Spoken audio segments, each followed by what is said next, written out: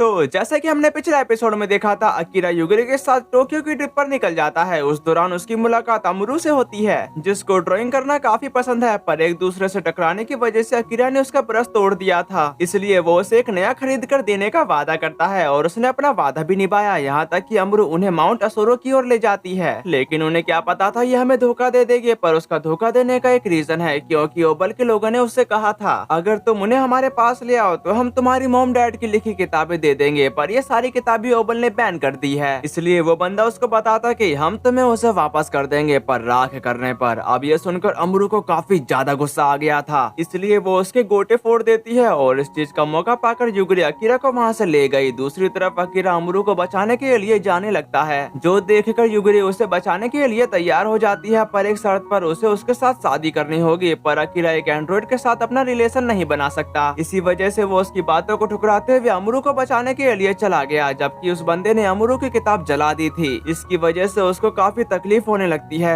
अब आगे एपिसोड 3 की शुरुआत में हम ओबेल के कैद खाने का सीन देखते हैं, जहाँ पर अमरू को कैद कर रखा गया था, पर अमरू अपनी किताबें जलने की वजह से अभी भी गम में थी। उसी वक्त अकीरा वहाँ पर आते के साथ उन जंजीरों को अपनी चाबी से खोल देता है और ये चाबी अकीरा ने उन सोल्जर से छीन कर हासिल की है। जबकि हम युगिरी को भी देखते हैं, जो अकीरा की फिक्र करते हुए वहाँ तक आ गई थी। दूसरी तरफ अमरू अकीरा से सवाल करती है, तुम मेरी मदद क्यों कर रहे हो? उसके इस सवाल का जवाब देते हुए अकीरा बताता कि क्या मुझे तुम्हें छोड़ देना चाहिए? पर वो उसको समझाने लगती है, पागल मत बनो, मैंने तुमसे और युगिरी से झूठ बोला। और वो वहाँ पर इसी तरह बातें कर रहे थे, तभी वहाँ पर रेड अलर्ट बजने लगा। साथ ही उनमें से एक सोल्जर ने उन्हें देख लिया था, जिसका पता चलते ही अकीरा अमरू को लेकर वहाँ से भागने लगा। यहाँ तक कि सामने आ रहे सोल्जर को वो इलेक्ट्रिक शॉक देकर बेहोश कर देता है और इसी चीज का मौका पाकर वो बाहर की तरफ निकल गया। अब उनको लगने लगा था कि हम वहाँ से बचकर निकल गए, पर इस चीज पर पानी फेरते हुए वो बंदा कहने लगा, अरे तुम बेवकूफ हो, क्योंकि मैं तुम्हारे ही इंतजार कर रहा था। अब इसको अपने सामने देखकर अकीरा परेशान हो गया था। साथ ही साथ उन्होंने फिर से अमरू को पकड़ लिया, जो देखकर अकीरा उसे बचाने जाने ही वाला था, पर उससे पहले ही उसे इलेक्ट्रिक शॉक देकर गिरा दिया जाता है। उसकी ऐसी हालत को देखकर वो बंदा कहता कि हालांकि ये काफी पेनफुल है कि एंड्रॉइड बच निकली, मुझे लगता है कि मैं एक भटके हुए रैलिक को सिक्योर करने के लिए डील कर सकता हूँ। उसकी ऐसी बातों को सुनकर अकीरा उसी के साथी पर उसी का वेपन इस्तेमाल करते हुए कहता है, तुमने मुझे पकड़ लिया है तो अब अमरू को जाने लगो। बातों के दौरान अकीरा ने उसे छू लिया था, जिसकी वजह से वो तड़पते हुए बोला,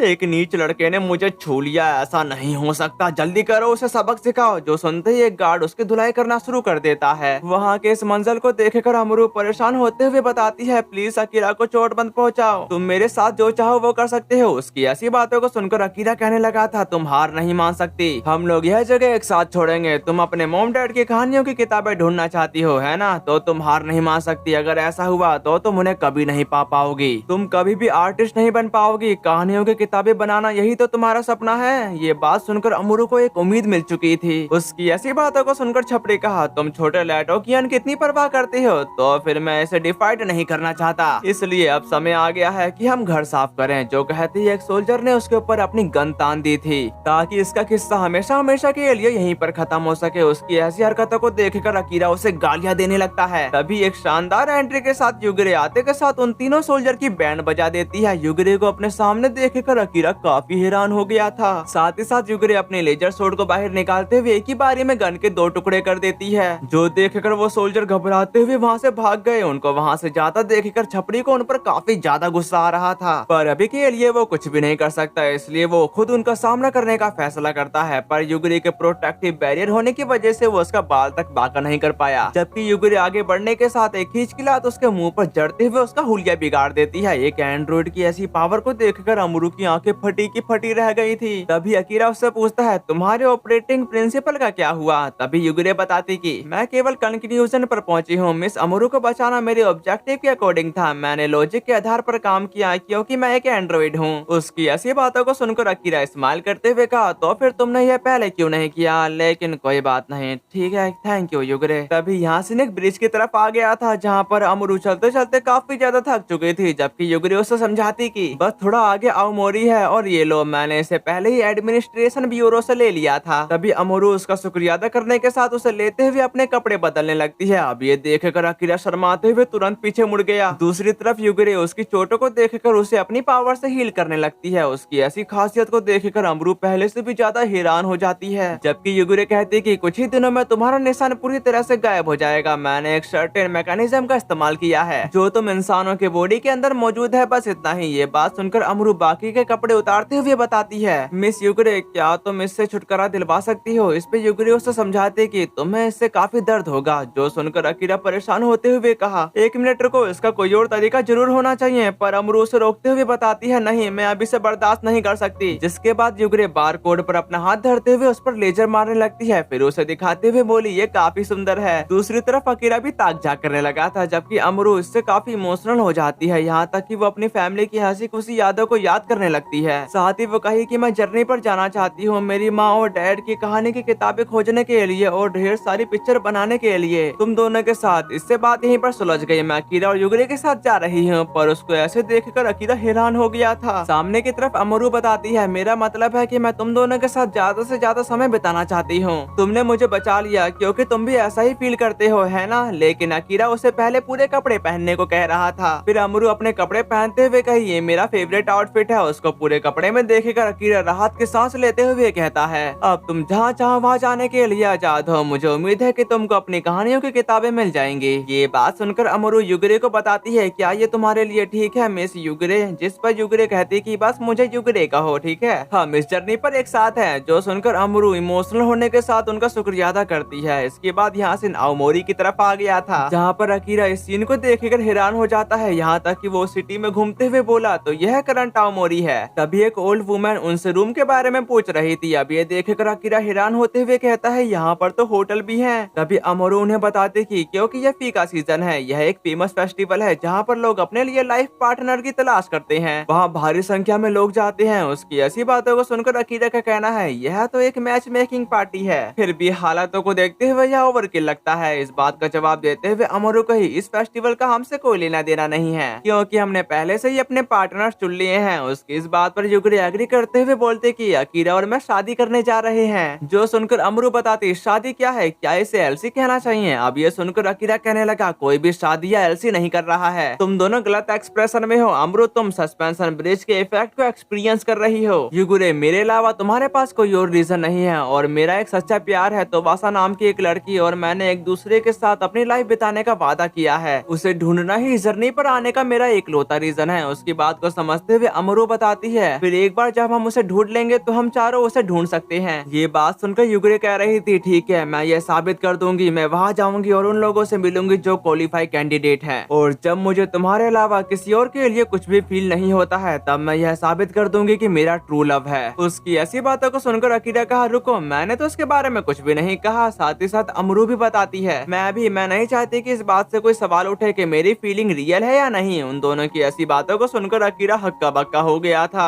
इसके बाद यहाँ से एक जगह की तरफ आ गया था जहाँ पर एक बंदा बता रहा था, मैं लोटानो फैमिली के महत्वाकांक्षी पोस्ट से इससे कम की उम्मीद नहीं करूंगा। तो मार्केट के प्रति काफी समझदार हो, है ना कैलक्रम? उसकी इस बात का जवाब देते हुए कैलक्रम कर्नल यामाबुकी को बताता है, लेकिन हाँ, लेफ्टिनेंट कर्नल यामाबुकी, टोक्यो बल हेडक्वार्टर्स में से कोई भी of the record mall top notch होने की गारंटी है। जो सुनकर यामाबुकी कहता है, जो भी हो ये काफी बड़ा स्टॉक है। वैसे क्या तुम बैटल या कुछ और शुरू करने का प्लान बना रहे हो? उसके इस बात का जवाब देते हुए कैलक्रम बोला, कोई भी पर्सन कभी भी पूरी तरह से तैयार नहीं हो सकता। मैं तुम्हारे साथ ही साथ उस प्यारे कमिश्नर का भारी हूँ जिन्होंने हमारा कॉन्टेक्ट करवाया। तभी यामाबुकी कहा, फायर के अनुसार टॉप स्पॉट के लिए तुम्हारा एक राइवल है, अगर मुझे सही से याद है तो वह है, और वो उसका नाम ले भी पाता। तभी वहाँ पर सोल्जर आते के साथ अपनी गन उन पर तान देते हैं, और ये फीडेस के लोग थे। जिनको देखकर यामाबुकी इसके पीछे का रीजन पूछता है, लेकिन फीडेस खुद ही सामने आते हुए बताती है, प्लीज अचानक हस्तक्षेप के लिए माफ करना। मेरा नाम फीडेस है, मैं लोटानो फैमिली की सबसे बड़ी बेटी हूँ। जैसा कि मुझे पता चला कि यहाँ हमारे मेहमान खतरे में हैं, तो मैं यहाँ तुरंत पहुँच गई। मुझे सूचना मिली कि मेरे छोटे भाई के सबऑर्डिनेट के बीच एक चूहा घुस आया है। उनकी लापरवाही के लिए माफी मांगना मेरी ड्यूटी है लोटानो फैमिली के फ्यूचर हेड के रूप में। जबकि वो बंदा चिल्लाते हुए कहता है, बेतुका मत बनो, लॉर्ड कैलक्रम हमारे अगले बॉस हैं। पर उसके कैद में वो बंदा उससे छूटते हुए एक डैगर बाहर निकाल लेता है, और यही उसकी सबसे बड़ी गलती थी क्योंकि फीडेस के लोगों ने उसको गोलियों से भुनना शुरू कर दिया, जिसकी वजह से वो काफी बुरी तरह से मारा जाता है। दूसरी तरफ कैलक्रम उसकी तरफ गन पॉइंट करते हुए कहता है कि देखो तुमने क्या किया फीडेस, तुम जानती हो कि मेरे अपने प्लान हैं। जिसके बाद कैलक्रम अपनी गन उसे थमाते हुए उस लड़की का हाथ पकड़ने के साथ बताता कि हमारे बीच एक से ज्यादा चूहे हैं। हम उसे भागने से रोकने के लिए इस मामले को सीक्रेट रख रहे थे, पर ऐसा लगता लगता है कि हमारे प्यारे कमिश्नर को पैसों का मिसयूज करने की आदत थी।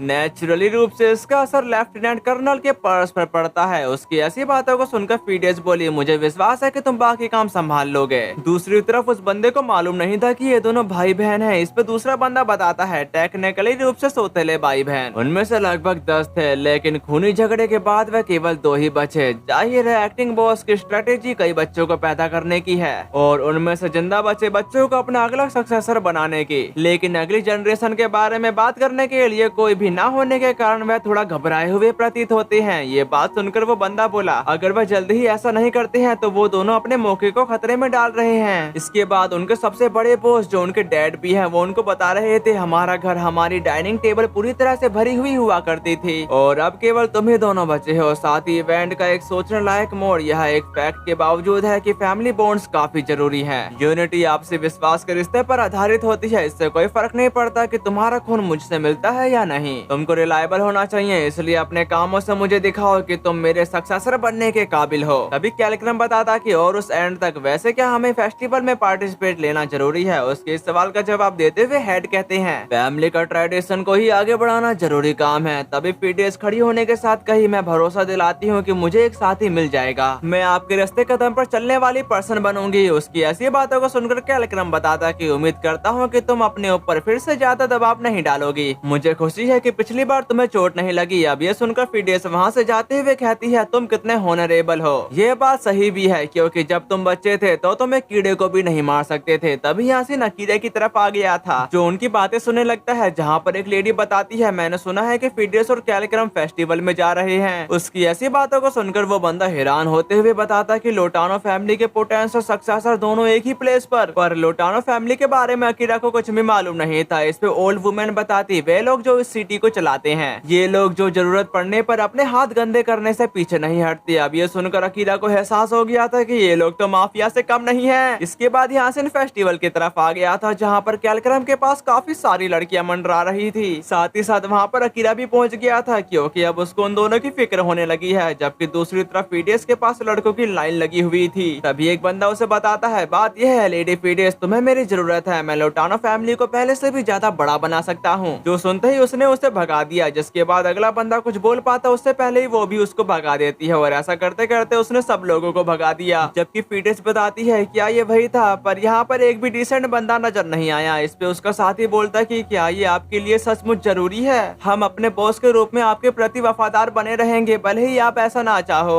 जिस बात का जवाब देते हुए फीडेस कहे, मुझे लोटानो फैमिली के हेड बनने के लिए मेहनत करनी होगी। अगर मैंने सक्सेसर के रूप में अपनी भूमिका नहीं निभाई तो मुझे तुम में से उन लोगों का सामना करने में शर्म आएगी जो मेरे लिए कड़ी मेहनत करते हैं। तभी वहाँ पर कैलक्रम आते के साथ बोला, क्या तुमने किसी भी लवर ने तुम्हारी उम्मीदों पर खरा नहीं उतरा? वैसे भी थ्रोन तक पहुँचने का रास्ता काफी मुश्किल है। जिस बात पर फीडेस कहने लगी, मेरा स्टैंडर्ड हाई है किसी ऐसे बंदे से जिसे मैं जानती हूँ। ये बात सुनकर कैलक्रम कहता है, स्टैंडर्ड या एरर में जजमेंट एक एलसी में केवल एक ही चीज मायने रखती है, वह है सच्चा प्यार। उसकी ऐसी बातों को सुनकर फीडेस उसकी बात को हल्के में लेते हुए बताते कि तुमको बस टॉप पर पहुंचने की चिंता है। जिस बात पर कैलक्रम कहा, मैं जो चाहूंगा वो पाऊंगा और मैं इसे अपने तरीके से करूंगा। ये सब सुनने के बाद उसके साथियों को काफी गुस्सा आ रहा था, पर वो बिना कुछ कहे वहाँ से चली जाती है। दूसरी तरफ युगरी ने काफी सारे वाइन के गिलास गटक लिए थे, जिसकी वजह से उसका चेहरा टमाटर जैसा लाल हो जाता है। अब ये देखकर अकीरा काफी हैरान था क्योंकि एक एंड्रॉइड नशे में कैसे धुत हो सकती है। तभी अमरू अकीरा के पास आते हुए कहती कि तुम यहाँ पर क्या कर रहे हो? क्या तुम मेरे लिए परेशान थे? इस पर अकीरा बोलता कि मैं परेशान, हाँ, लेकिन मैं एक अलग रीजन से। और वो ये सब कह ही रहा था तभी पीछे से युगरे वहाँ से गायब हो जाती है। साथ ही साथ वहाँ पर अब रात हो चुकी थी। वहीं पर फीडेस ड्रिंक करते हुए सच्चे प्यार के बारे में सोच ही रही थी। जैसा कि कैलक्रम ने बोला था, उसी वक्त अकीरा युगरे की तलाश करते करते उससे टकरा गया था, जिसकी वजह से फीडेस की वाइन उसके कपड़ों पर गिर चुकी। जो देखकर अकीरा उससे माफी मांगते हुए कहता है, अरे नहीं, अगर हम इसे नहीं पोंछेंगे तो यह दाग बन जाएगा। शायद हमें कहीं से टिश्यू मिल जाए। पर मुझे आश्चर्य है कि आज के एरा में भी उनके पास ऑक्सीजन ब्लीच है। उसकी ऐसी बातों को सुनकर फीडेस दिन और उम्र पूछती है, जो सुनकर अकीरा अपना मुंह बंद करते हुए उसका बैच देखने के साथ कहा, फीडेस लोटानो रुको, यह दूसरी माफिया बॉस है। ये सोचते हुए वो वहाँ से जाने ही वाला था, पर फीडेस उसे रोकते हुए बताती है, तुम काफी नॉलेजेबल पर्सन लगते हो, चलो हम बातचीत करें। फिर वो उसके और ज्यादा करीब आते हुए कहती है, आज के दिन और एरा से तुम्हारा क्या मतलब था? बताओ आखिरकार तुम हो कौन? तभी अमरू वहाँ पर आते के साथ बोली, तुम अकीरा से दूर हो जाओ, उसने कुछ कुछ भी गलत नहीं किया है, वह काफी सारी चीजें जानता है क्योंकि वह एंशिएंट टाइम का रेलिक है। अब ये सुनकर अकीरा के तोते उड़ चुके थे, जबकि फीडेस पूछती है 200 साल पहले का इंसान आज तक कैसे जिंदा है। अब अकीरा काफी बुरी सिचुएशन में फंस गया था, इसलिए वो उसको बताना शुरू करता है। उसका क्रेडिट सस्पेंडेड एनिमेशन टेक्नोलॉजी को जाता है। हाल ही में आई अर्थक्वेक के कारण डिवाइस में खराबी होने के बाद मैं जाग गया। उसकी बात को समझते हुए फीडेस उसके साथ एलसी करने को कहती है। साथ ही उसने यह भी बताया कि वो ओबल के लोगों से उसे प्रोटेक्ट करेगी, पर उसको प्यार करना और प्यार करने के बारे में कोई भी इंटरेस्ट नहीं है। उसी वक्त वहाँ के लोग बात करने लगते हैं कि कैलक्रम को आखिरकार उसका पार्टनर मिल गया। फिर हम उस खुशनसीब लड़की को देखते हैं जो और कोई नहीं बल्कि युगरे थी। यहाँ तक कि कैलक्रम उसके साथ एलसी करने को कहता है। वहाँ के इस गड़बड़ माहौल को देखकर अकीरा कोसने लगा था कि आखिरकार हम यहाँ पर आए क्यों, पर उसको इतना तो पता चल गया था कि फीडेस कैलक्रम से प्यार करती है। एपिसोड 4 की शुरुआत में हम एक होटल का सीन देखते हैं, जहाँ पर एक कमरे के अंदर अमरू युगरी को बता रही थी, क्या तुम सच में उसके साथ एलसी करने जा रही हो, पर तुमने कहा था कि तुम अकीरा के साथ शादी करना चाहती हो। जिस बात का जवाब देते हुए युगरी कहती है, अमरू क्या तुम जानती हो कि शादी क्या होती है, पर उसे नहीं पता था, इसलिए युगरी बताना शुरू करती है। शादी एक सोशल और एथोनिमिक रिलेशनशिप है, जो एक मेल और फीमेल के बीच चल रहा सेक्सुअल रिलेशनशिप है। जो सुनकर अमरू कहते कि दूसरे शब्दों में यह केवल एक पर्सन को हासिल करने जैसा है। केवल एक पर्सन के लिए फीलिंग रखना मुश्किल लगता है। अगर तुम किसी ऐसे पर्सन से मिलती हो जो तुमको पसंद करता है तो क्या होगा। जिस बात का जवाब देते हुए युगरे बताती, मैं पूरी तरह से अकीरा के लिए समर्पित हूँ, फिर भी वह भी ऐसा ही है और यही दिक्कत है। तो बादशाह अकीरा एक लॉयल पर्सन है। तभी यासीन एक पैलेस की तरफ आ गया था, जहाँ पर फैमिली हेड कैलक्रम से कह रहे थे, मैंने खबर सुनी, ऐसा लगता है कि तुमको कल फीका फेस्टिवल में एक एलसी साथी मिल गया। हमारी फैमिली का फ्यूचर सिक्योर्ड है। जबकि दूसरी तरफ फीडेस अपने घोड़े के बालों में कॉम करते हुए कह रही थी, पूरा स्टेट कैलक्रम के बारे में अफवाहें फैला रहा है, मानो उसका मामला लगभग तय हो चुका हो और तुम काफी प्यारे हो कैंसिन, मैं तुम्हें बिगाड़ने से खुद को रोक नहीं सकती। उसी वक्त उसका साथी चिल्लाते हुए आ जाता है, जो देखकर फीडेस उसे बताती है, क्या मैंने तुम्हें अस्तिबल से दूर रहने को नहीं कहा था, पर चिंता करने की कोई जरूरत नहीं है क्योंकि मुझे अपना एक साथी मिल गया। अगले सीन में अकीरा उन दोनों को समझाता कि वो माफिया में है, तुम्हें पता है, इसलिए मैं इसका कड़ा विरोध करता हूँ। साथ ही अमोरू भी उसका साथ देते हुए बोली, तुमने मुझे कल रात बताया था कि तुम्हें इसमें कोई दिलचस्पी नहीं है। इस बात का जवाब देते हुए युगरे कहती कि मैंने उनका इनविटेशन इसलिए एक्सेप्ट किया ताकि मेरे पास रेफरेंस का एक ढांचा हो, बस इतना ही। देखने से ऐसा लगता है कि ये काम कर रहा है। तभी वहाँ पर कैलक्रम आते के साथ युगरे से कहता कि मैं इंतजार नहीं कर सका, इसलिए मैं यहाँ तुम्हें लेने आया हूँ। शायद आप लोगों को मालूम नहीं होगा, युगरे को कैलक्रम ने डेट के बारे में पूछा और उसने हाँ कर दिया, लेकिन वो बंदा खुद को रोक नहीं सका, इसलिए वो युगरे के सीधे घर चला आया। उन फ्लावर को देखकर युगरे कही, मार्गरोराइट डेजी स्टेरेसी फैमिली का एक हाफ हार्डी पेरेनियल प्लांट है। क्या ये सच्चा प्यार दिखाने के लिए है? इस पे कैलक्रम का कहना है, मैं किसी एंड्रॉइड से कम की उम्मीद नहीं कर सकता, तुम में काफी नॉलेज है। अब ये सुनकर वो दोनों काफी हैरान हो गए थे, पर युगरे उन्हें बताती है कि वह जानता है कि मैं एक एंड्रॉइड हूँ। साथ ही उसने यह भी बताया कि अकीरा उसका फियोंसे है, पर इस बात से कैलक्रम को ज्यादा फर्क नहीं पड़ा। जबकि अकीरा सोचने लगा, वो मुस्कुरा रहा है, कितनी घिनौनी बात है। इस बारे में सोचने पर इसमें कुछ अजीब सा फैमिलियर सा लगता है। हाँ, वह डेफिनेटली रिलेटेड होंगे। उसी वक्त वहाँ पर फीडेस आते के साथ अकीरा से कहती कि मैं देख रही हूँ कि तुम उड़ चुके हो, तो तुम्हें मैं लेने आई हूँ। फिर अपने सामने कैलक्रम को देखकर कही, चलो चले अकीरा। लेकिन अकीरा पूछता है कि हम कहाँ जा रहे हैं। जिस बात का जवाब देते हुए फीडेस कही, जाहिर है डेट पर। अकीरा, तुम मेरे सबसे अच्छे पार्टनर हो। उसकी ऐसी बातों को सुनकर वो दोनों उसके करीब आते हुए पूछते हैं, मैंने क्लियरली रूप से इसको मना किया था, मुझे अभी अभी इसकी डिटेल दो। उन दोनों की ऐसे सवालों को सुनकर अकीरा बताता है, हमारा एक छोटा सा एक्सीडेंट हुआ था, बस इतना ही। वैसे क्या तुम सीरियस थी? जिस पर वो कहते कि मैं मजाक करने के लिए काफी बिजी हूँ। वहाँ की ऐसी बातों को सुनकर कैलक्रम कहने लगा, यह जानकर राहत मिली कि तुमको भी एक साथी मिल गया है, क्योंकि हम सब यहाँ हैं, तो चलो हम सब एक साथ चलें। इसे अपने अपने एनिमी पर जासूसी करने का मौका समझो। फिर हम बाहर की तरफ आते हैं, जहाँ पर कैलक्रम बताता कि मुझे ओबल के साथ थोड़ी सी खींचतान मिली है। साथ ही सभी तरह की सप्लाई और खुफिया इन्फॉर्मेशन टोक्यो से आती है। टोक्यो का नाम सुनकर अकीरा उससे पूछता कि क्या तुम इसके बारे में कुछ जानते हो, बताओ वहाँ आजकल कैसा चल रहा है। तभी कैलक्रम उसकी बातों को काटते हुए बोला, मैं तुम्हें फ्री में बताऊं, लेकिन अगर मैं इसका आनंद लूं तो शायद मेरे होठ खुल जाएं। अब तो ना चाहते हुए भी अकीरा इसके लिए तैयार हो गया था। इसी के साथ कैलक्रम गाड़ी स्टार्ट करते हुए कहता है, अब चलो हम खुद को एक डबल डेट का मजा दें। फिर वो लोग एक मार्केट में आकर घूमने के लिए जाने लगे, पर उन लोगों पर फैमिली हेड द्वारा नजर रखी जा रही थी। दूसरी तरफ युगरे एक नेकलेस को देख रही थी, जो देखकर कैलक्रम बताता कि यहाँ पर काफी सारे जेम्स पाए जा सकते हैं और यह तुम पर काफी सुंदर लगेगा, मुझे इसे तुमको गिफ्ट के रूप में देने की परमिशन दो। वहाँ के इस नजारे को अकीरा अपनी आंख गड़ा के देख रहा था। उसी वक्त फीडेस आते के साथ पूछती है, क्या कोई चीज तुम्हारा ध्यान भटका रही है, पर वो उसे कुछ कह पाता उससे पहले ही वो और सामान देते हुए कही हमें और भी जगह रुकना है। तभी अमरू लॉलीपॉप चूसते हुए कहती है तुम्हें आने के लिए सहमत नहीं होना चाहिए था। ये बात सुनकर अकीरा बोला कि वह पहली पर्सन है जिससे मैं मिला हूँ जो कुछ जानती है और मैं युगरे को अकेला जाने नहीं दे सकता। इसके अलावा ब्लड रिलेटेड भाई बहनों को एक दूसरे से मिलने की परमिशन है, ये बात मैं समझता हूँ और जबकि मैं इससे बिल्कुल भी अनकंफर्टेबल नहीं हूँ। जिसके बाद हम उसके पास्ट की तरफ आते हैं जहाँ पर वो तवासा को बताता है मैं हमेशा के लिए तुम्हारा छोटा भाई नहीं बनना चाहता। ये सब याद करते हुए वो कहा मैं कुछ भी नहीं कर सकता। उसकी ऐसी बातों को सुनकर अमरू उसके मुंह में अपनी लॉलीपॉप घुसा देती है। साथ ही साथ फिडेस अकीरा को अपने पास बुला रही थी। दूसरी तरफ कैलक्रम का कहना है तारीख अभी शुरू हुई है इसलिए चिंता करने की कोई भी जरूरत नहीं है। जो सुनकर युगरे उसे गली में आने को कह रही थी। गली की तरफ युगरे सवाल करती है यह प्लान का हिस्सा नहीं था, तुमने डबल डेट का सजेशन क्यों दिया? जिस बात का जवाब देते हुए कैलक्रम बताता है तुम मिस्टर फियोंसे को जेलसी फील कराना चाहती हो है ना, तो फिर तुम्हें उसे ऐसी सिचुएशन में रखना होगा जहाँ वे हमको देख सके। हालांकि मुझे ये एक्सेप्ट करना होगा कि मुझे उम्मीद नहीं थी कि फिडेस उसे प्रपोज करेगी। उसकी ऐसी बातों को सुनकर युगरे कहने लगी इससे वह मेरी पब्लिक एनिमी नंबर 1 बन गई है और मैं जानती हूँ कि वह तुम्हारी बहन है, लेकिन अगर जरूरत पड़े तो।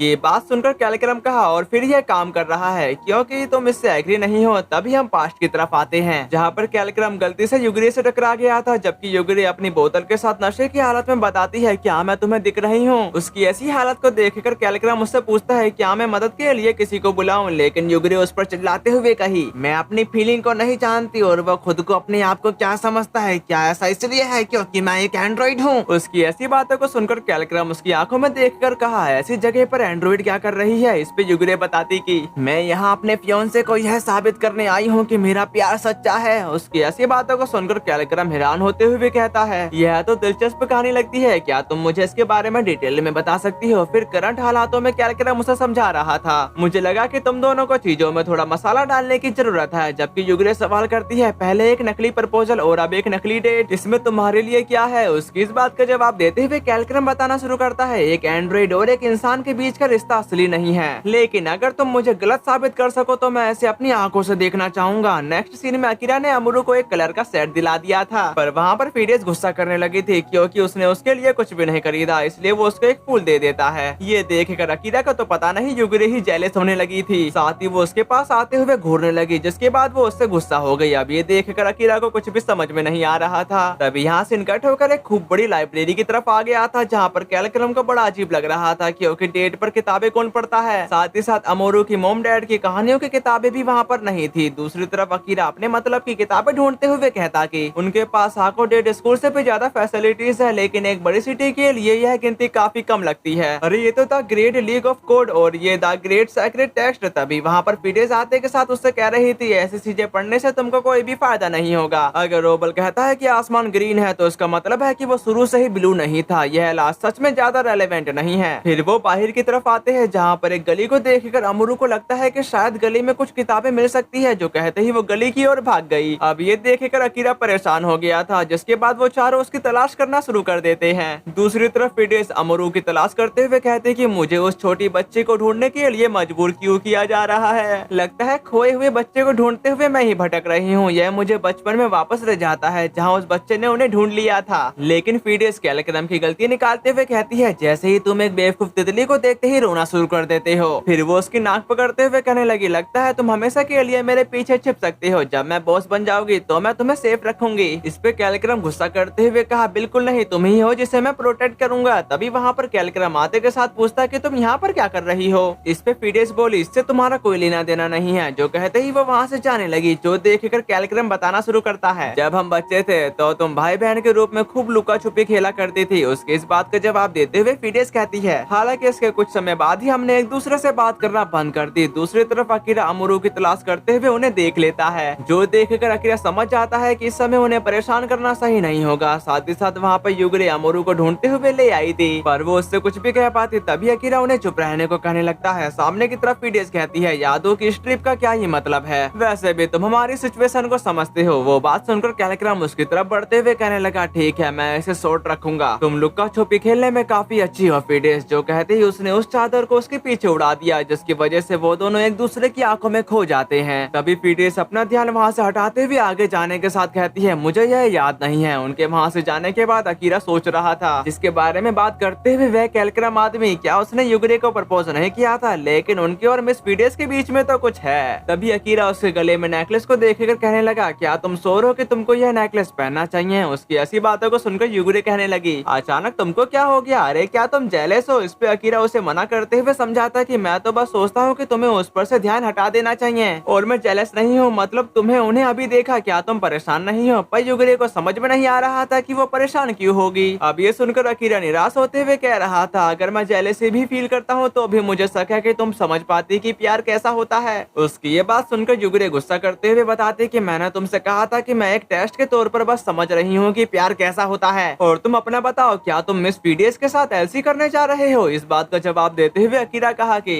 मैं ये बात तुमको लाखों बार बता चुका हूँ कि मेरे लिए सिर्फ तमाशा ही मायने रखती है। और तुम्हारा क्या हाल है युगुरे? जो सुनकर युगुरे का कहना है, सच कहूँ तो वह देखने के लिए रह गया। अब ये सुनकर वो दोनों हैरान हो गए थे क्योंकि उसकी बात उनको पल्ले ही नहीं पड़ी। नेक्स्ट सीन में वो वापस जा रहे थे पर रास्ते में उनका टायर खराब हो जाता है। फिर अकीरा उसको ठीक करने लगा, जो देखकर कैलक्रम उससे पूछता है, तुम्हें पता है पंचर टायर कैसे ठीक किया जाता है? इस पे अकीरा बोलता है कि मैंने अपने फोस्टर डैड से सभी तरह की यूजफुल चीजें सीखी हैं। ये बात सुनकर कैलक्रम कहता है, हमें तो केवल एक सिंपल सा रूल सिखाया गया था, अपनी पूरी लाइफ फैमिली को डेडिकेट करो। तभी अकीरा एक सवाल करता है, क्या तुम युगुरे को लेकर सीरियस हो? जिस पर कैलक्रम बताता है कि मुझे वह काफी इंटरेस्टिंग लगती है। फिर अकीरा उसका टायर निकालते हुए कहा, तुम और मिस पीडीएस के बारे में क्या ख्याल है? तुमको उन दोनों को आगे नहीं बढ़ना चाहिए? उसी वक्त अकीरा जो चीज उछाल रहा था वो गलती से गाड़ी के नीचे चला गया। ये देखकर अकीरा उसे लेने के लिए गाड़ी के नीचे घुस गया, जबकि कैलक्रम एक सवाल पूछता है कि तुम पीडीएस के बारे में कैसा फील करते हो? जिस बात का जवाब देते हुए अकीरा बोला, इससे कोई फर्क नहीं पड़ता कि मैं कैसा फील करता हूँ। दूसरी तरफ कैलक्रम कहता है, वह जिससे भी अपना लाइफ पार्टनर चुनेगी उसे मेरी ब्लेसिंग हासिल होगी। जिसके बाद वो अपना पैर जैक पर मारता है। अब ये देखकर अकीरा जितनी तेजी से अंदर नहीं गया था बल्कि उससे 4 गुना तेजी से वो बाहर निकल आता है। फिर कैलक्रम कहा, मैं किसी भी ऐसे पर्सन को मार डालूंगा जो उसका दिल तोड़ेगा, चाहे वह कोई भी हो। अब ये सुनकर अकीरा समझ गया था कि ये बंदा भी उसे लाइक करता है। अगले सीन में एक कंटेनर उस बंदे की तरफ गिरने लगता है, जो देखकर युगुरे काफी तेजी से जाते हुए उस बंदे को बचाने के साथ उस कंटेनर को अपने एक ही हाथ से पकड़ लेती है। और ये सब उस जासूस ने भी देख लिया था और इस मंजर को देखकर पीडीएस काफी हैरान हो चुकी थी क्योंकि नॉर्मल इंसान ये कभी भी नहीं कर सकता। मतलब एंड्रॉइड मौजूद है, लेकिन अगर यह सच है तो वह बच्चा पैदा नहीं कर सकती। तो तुम क्या खेल रहे हो कैलक्रम? और वो इस शोर को सुनकर वो दोनों वहाँ पर आ गए थे। उनको अपने सामने देखकर पीडीएस वहाँ से जाने लगी, जो देखकर अकीरा उससे पूछता है, क्या तुम उसके पीछे नहीं जा रहे हो? जो सुनकर वो मना करते हुए कहते कि अब ये तुम्हारा काम है, उसने तुमको अपना लाइफ पार्टनर चुना है। दूसरी तरफ पीडीएस भागते हुए सोच रही थी, जहाँ पर कैलक्रम ने कहा था एकमात्र ऐसी चीज जो मायने रखती है वह है सच्चा प्यार। साथ ही साथ हम पास्ट के कुछ सीन की तरफ भी आते हैं, जहाँ पर कैलक्रम चिल्लाते हुए बताता कि तुम ही हो जो फूट फूट कर रो रही थी, मुझे मुश्किल या डरावनी चीजें पसंद नहीं है और मैं बॉस नहीं बनना चाहता। मैंने सुना है कि तुम कैंसिन से मदद की भीख मांग रही हो। अगर आप लोगों को याद होगा कि कैंसिन उस घोड़े का नाम है जिससे वो अकेले में बातें किया करती थी। अब ये सुनकर पीडीएस उसे मारने लगती है क्योंकि वो उसकी जासूसी कर रहा था। मार खाते हुए कैलक्रम कहा, इसलिए मैं बॉस बनने जा रहा हूँ और मैं फैमिली को पूरी तरह से बदल दूंगा, फिर तुम्हें रोना नहीं पड़ेगा। यहाँ तक कि वहाँ पर अकीरा उसकी तरफ भागते भागते आ जाता है, जो सुनकर वो उसे बताती है, तुम मेरे पीछे पीछे यहाँ तक आ गए, तुम सचमुच में एक अच्छे पर्सन हो। सच तो यह है कैलक्रम मुझसे बेहतर बॉस बनेगा। तुम जानते हो क्यों? क्योंकि वह चतुर और करिश्माई है और उसका दिल बड़ा है। हमारी फैमिली में जो भी बच्चा बॉस बनने के लिए बेकार समझा जाता है तो उन्हें भेड़ियों के बीच फेंक दिया जाता है, लेकिन वो सीक्रेटली रूप से उनकी देखभाल कर रहा था। साथ ही साथ उनके लिए जॉब का इंतजाम करवाना, उनकी सपोर्ट करना, फिर भी मुझे बॉस बनना ही होगा। लोटानो फैमिली का इंचार्ज होने के नाते उसके जैसे प्यारे बच्चे के लिए यह सब कुछ काफी दर्दनाक है। दूसरी तरफ उस जासूस ने वो सब बातें अपने फैमिली हेड को बता दी थी। उसकी ऐसी बात सुनने के बाद फैमिली हेड कहने लगे थे, एक एंड्रॉइड है ना, लगता है उस कमीने कैलक्रम को मैंने काफी समय तक खुला छोड़ दिया है, लेकिन मैं सही था। ये कितना इनक्रेडिबल है, ये हमारा होना चाहिए, लोटानो फैमिली का। हमें ओवर से पहले उस पर अपना हाथ रखना होगा। अभी आपको कुछ भी समझ में नहीं आया होगा, पर जल्द ही इनका मकसद आप लोगों को समझ में आने वाला है। तभी यासिन एक रेस्टोरेंट की तरफ आ गया था, जहाँ पर युगुरे कहती है, क्या रेस्टोरेंट को पूरा किराए पर लेना जरूरी था? इस पे कैलक्रम बताता है कि ये जगह हमारी फैमिली की है और इस जगह पर हमारी डबल डेट का एकदम सही एंड होगा। अब मैं तुमसे आखिरी बार पूछूंगा, क्या तुम मुझसे ऐसी करोगी? उसकी ऐसी बातों को सुनकर पीडीएस खड़ी हो चुकी थी। दूसरी तरफ युगुरे अपना नेकलेस उतारते हुए कही, मैं माफी चाहूंगी, मुझे लगा कि मैं प्यार को मान्यता दे रही हूँ, लेकिन मैंने फैसला किया कि यह अकेले नहीं किया जा सकता। मुझे लगता है कि तुमको अपने प्रति सच्चा प्यार साबित करना चाहिए। उसकी ऐसी बातों को सुनकर वो दोनों एक दूसरे से कुछ कहने ही वाले थे, तभी वहाँ पर फैमिली हेड आते के साथ कहते कि कैलक्रम मुझे एंड्रॉइड सौंप दो। यह बिल्कुल वैसा ही है जैसा मैंने अनुमान लगाया था। मुझे पता था कि तुम दोनों के बीच केमिस्ट्री है। मैं तुम्हें तब से जानता हूँ जब तुम बच्चे थे। रूल तोड़ने की साजिश बिना बच्चों के रहो, फिर फैमिली पर कब्जा करने के लिए तुम मुझे मार डालते। और वह एंड्रॉइड है ना, साथ ही ब्लैक मार्केट से वेपन जो भी तुमने ओबल की आर्मी से खरीदे थे वो सब मुझे दे दो। तभी कैलक्रम उन्हें समझाने की कोशिश करता है कि आपको गलतफहमी हो गई है। दूसरी तरफ युगरे ने ड्रिंक कर अपनी हालत खराब कर ली थी, जो देखकर अकीरा परेशान हो जाता है। जबकि कैलक्रम कहता है वह वेपन सिर्फ एहतियात के तौर पर है। एंड्रॉइड के साथ भी ऐसा ही है। ये बात सुनकर फैमिली हेड फीडेस को गन पकड़ाते हुए कहते हैं, मैं तुम्हें एक मौका दे रहा हूँ, उस गद्दार को एक ही बारी में हमेशा के लिए खत्म कर दो। अगर तुम इसमें कामयाब रही तो तुम अगली बॉस बन जाओगी। उसकी ऐसी बातों को सुनकर फीडेस काफी ज्यादा डर गई थी। जबकि कैलक्रम कहता है आगे बढ़ो वरना हम दोनों मारे जाएंगे।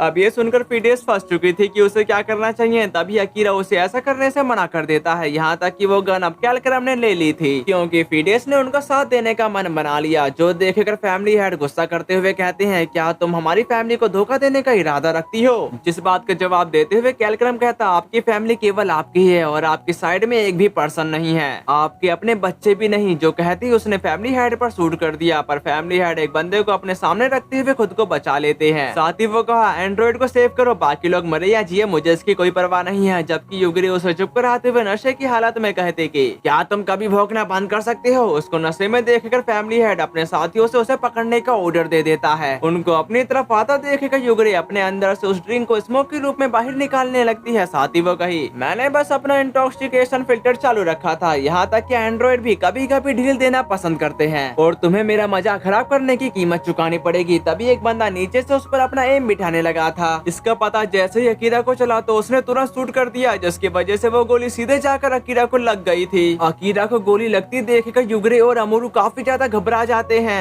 और इसी के साथ हमारा ये वाला एपिसोड खत्म होता है। अगर आपको इसका नेक्स्ट एपिसोड भी चाहिए तो आप लोग मेरे को बता सकते हो, क्योंकि मेरे को मालूम नहीं है कि आपको यह सीरीज पसंद आ रही है कि नहीं। अगर आप लोगों को यह सीरीज पसंद आ रही है तो कमेंट में जरूर बता देना, क्योंकि मेरे को यह क्लियर करना है कि इस सीरीज को कंटिन्यू करना चाहिए कि नहीं। तो फिर मिलते हैं, सायोनारा।